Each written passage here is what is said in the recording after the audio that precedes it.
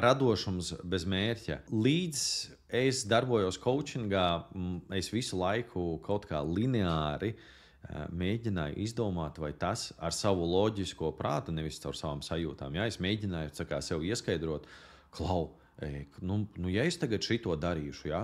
Vispār kāda man no tā jēga, es sev jautājumu uzdevu.